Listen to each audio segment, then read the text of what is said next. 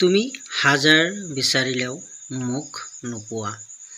চন্দ্ৰৰ পিছফালে থকা আন্ধাৰখিনি মোৰ পৃথিৱী।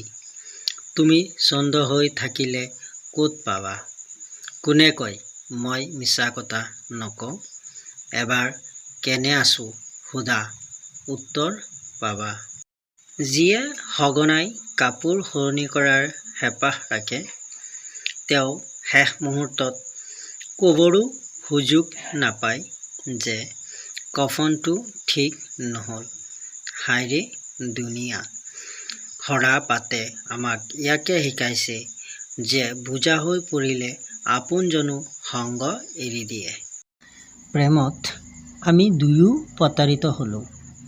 মই তোমাক অন্যতকৈ বেলেগ ভাবিলোঁ আৰু তুমি মোক অন্যৰ নিচিনা ভাবিলা। তেওঁ এটা কাহিনী আছিল, চলি থাকিল। মই মাজৰ এটা ঘটনা আছিলোঁ, খতম হৈ গ'লোঁ। শিলত তোমাৰ চেহেৰা কাটোতে কাটোতে আঙুলি বাগৰি গ'ল। যেতিয়া তোমাৰ চেহেৰা বনি গ'ল, ক্ৰেটেৰ বীৰ লাগি গ'ল। ভুল কৰিছোঁ যদি অন্তৰেৰে মাফ কৰি দিবা। কোৱা শুনিছোঁ শোৱাৰ পাছত সকলোৰে ভাগ্যত ৰাতিপুৱা নাথাকে। এজনে এবাৰ সুধিছিল যন্ত্ৰণাৰ মূল্য কিমান? মই কৈছিলোঁ নাজানো। কিছুমান আপোন মানুহে বিনা পইচাত দি যায়। কোনে দিব জীৱনজুৰি আশ্ৰয়? মৰাৰ পাছত মৰাশ কঢ়িয়াওতেও মানুহে কাণ্ড সলায়। প্ৰেম আৰু বিশ্বাস এহাল চৰাইৰ দৰে। এটা উৰি গ'লে আনটো পাছে পাছে উৰি যায়। মোক ভাল পোৱাৰ নামত বহু লোকে মোক বহুত কন্দুৱালে। হে মৃত্যু, কছমছে তই মোৰ যিদিনা সংগ দিবি তেওঁলোককো বহুত কন্দুৱাম, কথা দিলোঁ।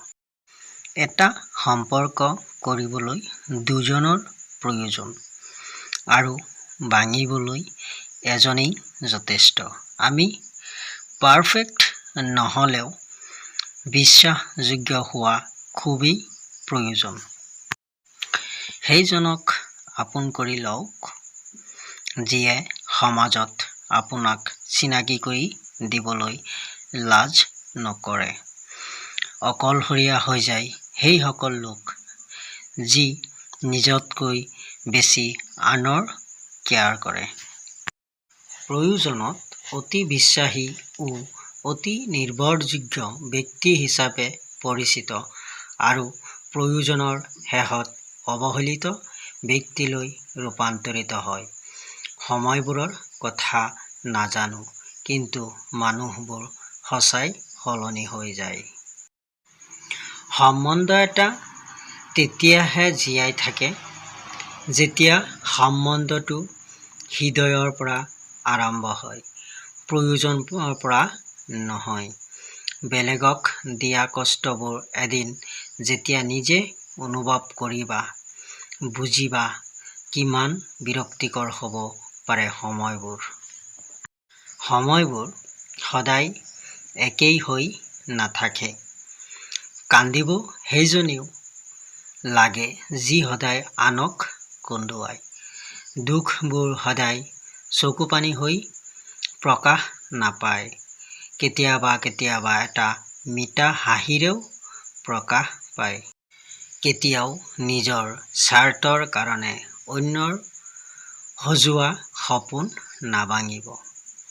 হৃদয়ৰ অনুভূতি স্বাৰ্থ শেষ হ'লে হয়তো আপুনি গুচি যাব, কিন্তু সেই মানুহজনৰ সপোনবোৰ আৰু নতুনকৈ সজাবলৈ নোৱাৰিব।